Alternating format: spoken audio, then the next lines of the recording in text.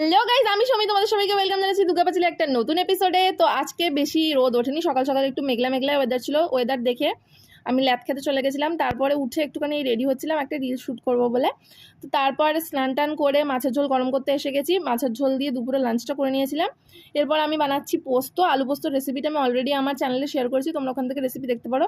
এখানে যেমন 4 পলক দেখতে দেখতেই পোস্ত হয়ে গেল, এত তাড়াতাড়ি ডেফিনেটলি পোস্ত হয় না।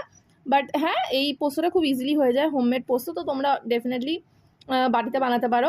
আর এখানে আমি অনেকক্ষণ থেকে ডাল ভিজিয়ে রেখেছি। পোস্তটা হয়ে গেলে আমি এখানে ছোলার ডাল বানাবো। এই যে ছোলার ডালটাও রেডি হয়ে গেছে। এই যে আমি ঘরে বসে কী করবো ভাবছিলাম, তখনই আমার Myntra end of reason sale থেকে আমি যে পার্সেলটা অর্ডার করেছিলাম, মানে যে কটা তার মধ্যে থেকে দুটো চলেছে, আমি 5টা অর্ডার করেছিলাম। তো চলো লেটস ওপেন ইট। তো ছোলার ডাল আর রুটি বানিয়ে আমি সন্ধ্যাবেলা টিফিনটা করলাম। তারপরে আদি আসার পর আমরা চলে গেছিলাম আমাদের একটা ফেভারিট পুরোনো রেস্টুরেন্টে। সেখানে গিয়ে ফিশ অ্যান্ড চিপস নিয়েছিলাম, নুডলস নিয়েছিলাম আর চিলি চিকেন নিয়ে ডিনারটা সারলাম। এরকম আরও ভিডিও দেখার জন্য দুর্গা পাঁচালীকে সাবস্ক্রাইব করো। Bye bye.